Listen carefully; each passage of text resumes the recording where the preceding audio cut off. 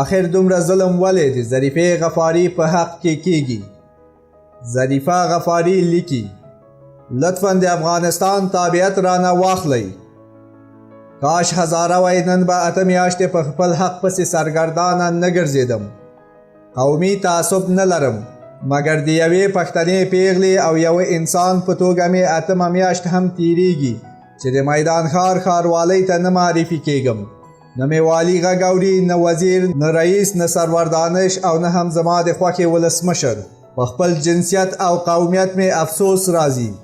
ټول مې تیر باسي، ټول مې حق خوري، ټول زما په حق کې قانون تر پښو لاندې کوي.